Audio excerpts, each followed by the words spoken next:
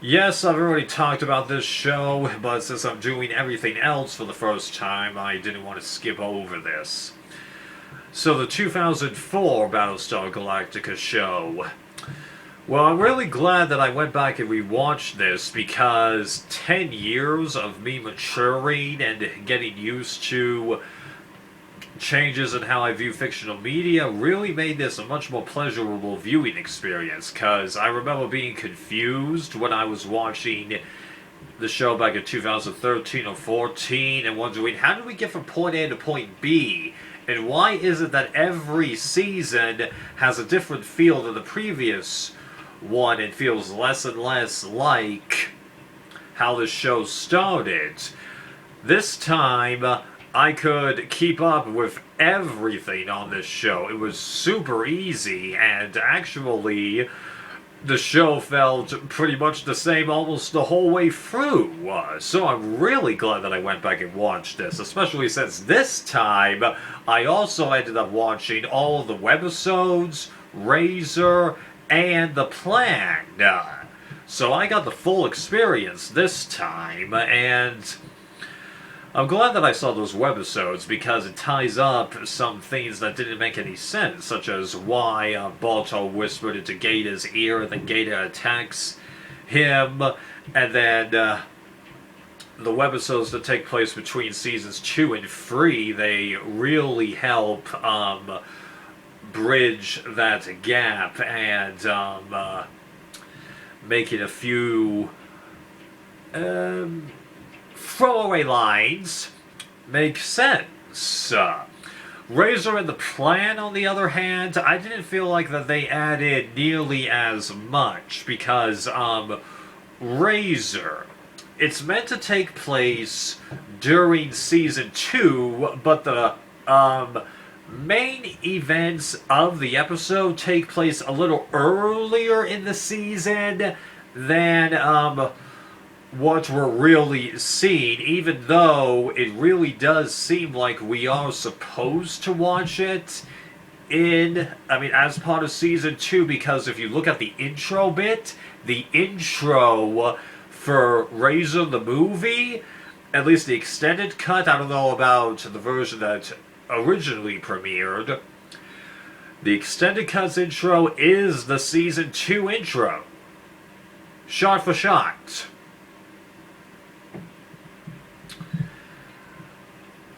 So that seems kind of telling. Yes, most of it is something that we'd already been told about during the Admiral Kane saga and how that ended up getting dealt with.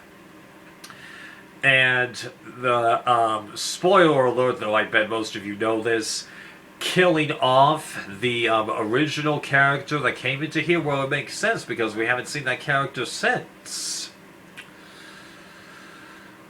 But at the same time, it was well done. It's nice to actually see some of that stuff. Goes to show you the lengths that some people will go to if they feel like that the future of human civilization is at risk. Because there will be people who will do this kind of a thing, even if they don't think that they'd ever do something like that. You ever watched that movie, The Prisoner, where Forrest Whitaker is one of the main protagonists, though he ends up becoming, spoiler alert, the main antagonist? Perfect example of that. And then as for that line from that male Cylon data Cylon, for lack of a better term, how he's going, I see all 7 Cylon models, now 6. Well, I really don't know why they included that, because of the time that this thing takes place chronologically, Lucy Lawless's model, the Model Freeze, hadn't been discontinued yet. So, not too sure why that's there. And then, to everyone who's saying, like, this thing to portray Starbuck as, like a more god-like thing and is trying to foreshadow that, it had already been foreshadowed by the Leon model, you know? The one that, Adama encounters when they visit that outpost in the middle of the nebula in the second part of the miniseries. So, that wasn't much of a spoiler, but the problem with both Razor and The Plan is that if you're watching this where they take place chronologically, once you go back to the main show, they're talking about something that was left as a cliffhanger at the end of the previous episode. So it's like, why would you even do it? From a certain point of view, you know? I am kind of glad that Razor exists, but I'm kind of not. And then The Plan, oh god, The Plan. I did not enjoy watching that. And it's not because it ended up being revealed that the Cylons never had the greatest plan with dealing with everybody else. No. It had to do with, I cannot see how the Ellen that we see in The Plan is the same Ellen that we will see while she was mingling with the fleet. Now granted, I'm pretty sure that they do show her her gaining of reconsciousness. It's been about a year and a half to 2 years since I saw this, so a few details are sketchy on my mind, but the actress did not portray her exactly the same, and also, what is the deal after 4 seasons and 1 previous movie of having bits where the characters are supposed to be nude, but we never see anything explicit, to all of a sudden showing full frontal nudity for men and women? It's just like, what's up with that? That was really annoying. And then, the main purpose of the movie is to try and follow the 2 Cavals, one of which is with the fleet, the other one is stuck on Caprica, and then teams up with the Pyramid players. The problem was, I was vastly more interested in the Caval that was on Caprica than the one that was with the fleet. It should have been the other way around. That wasn't a good feeling in my mind. So yeah, honestly, if I had to recommend it to all of you, I would advise that you just don't bother with The Plan entirely. Or if you're going to bother with The Plan, do not watch it after you finished Season 4. No. Watch that before you watch the Season 4 finale. And, by the way, the Season 4 finale is 3 episodes. So, keep that in your mind. Yeah. But watching the main series, oh my god, was that a treat. Like, I was really enjoying all of this stuff. Getting insight to all the characters that I'd never gotten before, because, like, the supporting, you know, flight crew, where you have Tyrell's wife, I want to say Kitty, but I don't know why. You have that other person named Hot Dog, and then you had 1 or 2 other people. It was just nice seeing the little bits that they added onto there, and this time when we learned that Tyrell wasn't the father of the child that he believed he had with Kitty, unless I'm butchering the name. I'm like, please don't tell me it's Hot Dog, please don't tell me it's Hot Dog. Hot Dog. You know? There were all kinds of aspects to the dynamic between Adama and Roslyn that I didn't pick up the previous time, and it really added to that. I really love what they did with that doctor character, because Well, one, my dad has this interesting, hypocritical thing that he comes up with where he's like, if your doctor is telling you to do this, this, and this in order for you to be healthy, you should listen to him, but then you realize that your doctor is a smoker, as is Dr. Cottle on this show. That adds something to the character, and it's not necessarily the best thing, but it goes to show you that the characters on this show are flawed. But what I love about the way that they did that was that, unlike with Lost, where in one episode the character seems perfectly likable, but then you have them be the central focus of another episode, and then you have all the demons that they've got to deal with, Jack and Charlie being the easiest examples of that in Lost. It felt kind of jarring having that effect take place. Meanwhile, this show did a good job of presenting everybody, and I mean literally everybody, as having flaws at one point or another, and yet you felt for all of them. It felt much more tangible, even though you would think that Lost would be more tangible than this show. So I just love the fact that they were able to pull that off.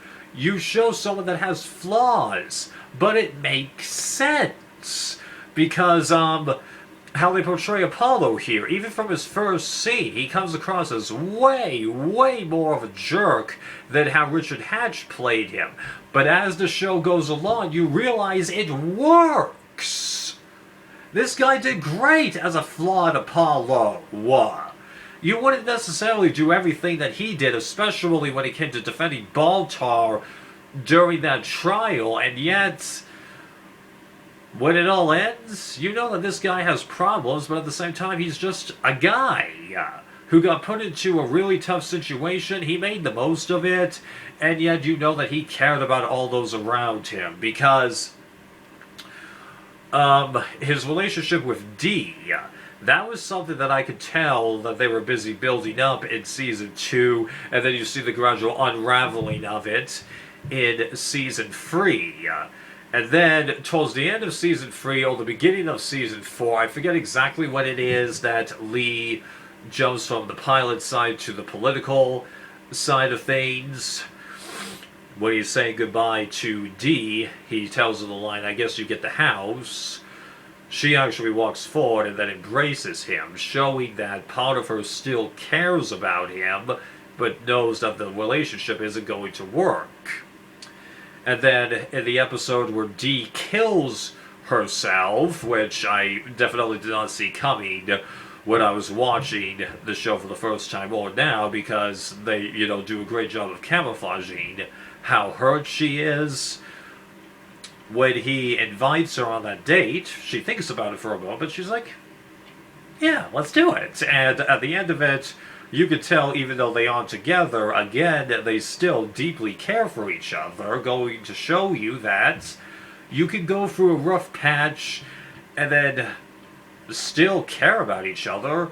Courtney Cox, David Arquette, perfect real-life example of people who met on the movie set, eventually got married, then divorced, and then the movies continue, but they all greatly care about each other. Because that look on Courtney's face in the 5th movie, you cannot fake that. Even though she is, I feel, a decent enough actor, you can't fake that. Yeah. I just love how they did all kinds of things like that with this show. And then, the Cylon side of things. Pretty good, although it was a bit annoying that it mostly turned out to be sexist, It's not entirely sexist, okay? Because out of the missing 5, Terrell, pyramid player whose name I am unfortunately forgetting, Dennis maybe, Colonel Ty, Ellen and Tori, the black chick who's helping Rosalind for the second half of the series, or at least season 3. She turns out to be the darkest amongst them and seems to be the only one of them that has her own agenda. Although she never really was familiar with how the Cylons ended up getting their own Civil War issue.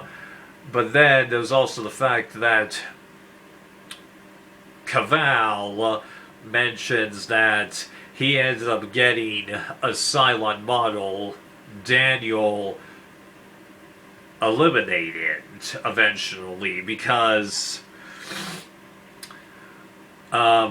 everybody keeps forgetting, okay, that throughout the series it said that there are 12 Cylon models, and they eventually expand it so that we know of 7 models. But Athena and, what's her other term? Sharon or Shannon? I have a co-worker named Shannon, so that might be why I'm thinking of having problems with this. But you notice how her model number is 9? Well, that should have given it away to us then, shouldn't it? That something had happened. And apparently the full timeline for this show is actually way more thought out than what I had been led to believe it was. My dad sent me an article from the Battlestar Wiki that has just an incredible detailed description of this timeline. I'll try and remember to link it down below. Right. So I wish that it hadn't turned out basically sexist, but it made sense that the turmoil bits happened, and it also goes to show the idea of how easy it is for people to believe, okay, we're going to get rid of this system, and then we're going to put in place a new system that will work, and then it turns out that this new system is just as bad as the previous one. Excellent example of that.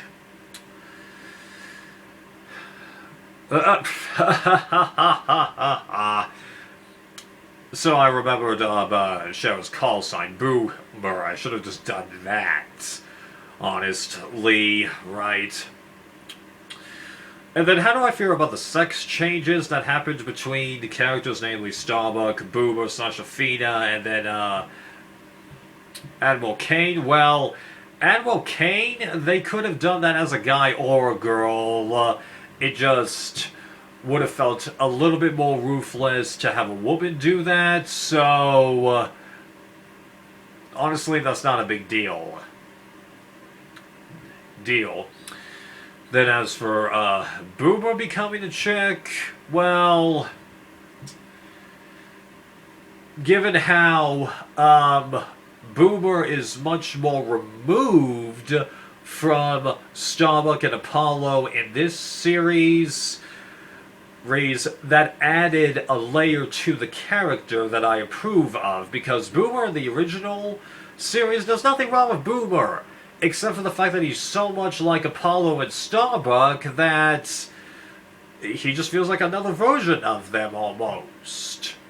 So I think they made the right move with that. Then as for making Starbuck a chick, well, I thought that the actress did great as her, but that's really all I can say on the subject, because the character is quite a bit different. Still a hot shot, but a hot shot that was more meaningful, more reckless, and possibly more sympathetic. You know, it's a complex character. It's really hard to describe, for me at least, I think. So I know I didn't really answer the question, but sometimes there isn't a good answer, I'm afraid. And then the handling of the original Boomer and then having her gradually drift away from the Battlestar Galactica crew, I really don't fully see the transition that she did, because when she was first killed by Kitty and then is revived by the Cylons, she didn't want to be there at first, but then I guess Cavall corrupted her or something, even though the plan kind of makes it seem like there was already a bit of a corruptness on her mind when they would switch her from Cylon mode to pretend human mode, for lack of a better term, but I don't know. I really missed that exact moment. Now, once she made the switch, you believed it, and it gave Cavall the little bit of a leg up that he needed to accomplish something. I forget exactly what it was, but her doing that one little bit at the end to help Athena and Hilo doesn't make up for it, but it is fitting that after all that, you have that complete reversal where Athena goes from being the evil Cylon to the good one, and Boomer does the exact opposite of that, though she comes to realize that it's not so much that she was part of the wrong side, it's just that she made a mess of things, and that this is her trying to fix one little bit of it. And then the character of Hilo, like, I remember when I was watching this show, the mini-series, for the first time, and I was like, I want to know what happens to that character, even though he was just supposed to be written off, but fortunately, Ronald D. Moore ended up listening to the fans, and he's like, yeah, I gotta bring him back. And they make a whole storyline out of him, adding to the Boomer and Athena dynamic, and whoa, it goes to show you, you can have a show that has a lot of plot lines moving on without each other, and the characters don't interact much, and yet it doesn't feel overwhelming. This being another prime example, because I'm watching it right now. So yeah, this show was great. I really like the fact that they managed to revive the franchise and then come out with this. Yeah, it was cancelled, but it's not cancelled in the traditional way. It was cancelled at the beginning of Season 4, but the executives go, because you didn't have that many episodes, because we were thinking about bringing this show back, we're going to almost double the length of the season, and that should give you enough time to finish this off. It wasn't done the best way, and the explanation for giving away all the technology at the end felt really, really silly, but they did have a full season of notice, and what they were able to accomplish, appreciate it. Good job. But do I think that this is better than the original one? Only because of these two reasons. One, I'm more accustomed to continuity-based stuff in TV shows, and two, giving the characters flaws, I felt made them more relatable, even though at the same time, were there plenty of moments where I was just shaking my head and pulling my hair out? Absolutely there were, okay? That's one of the good and bad things about Glee. It's ultra-realistic.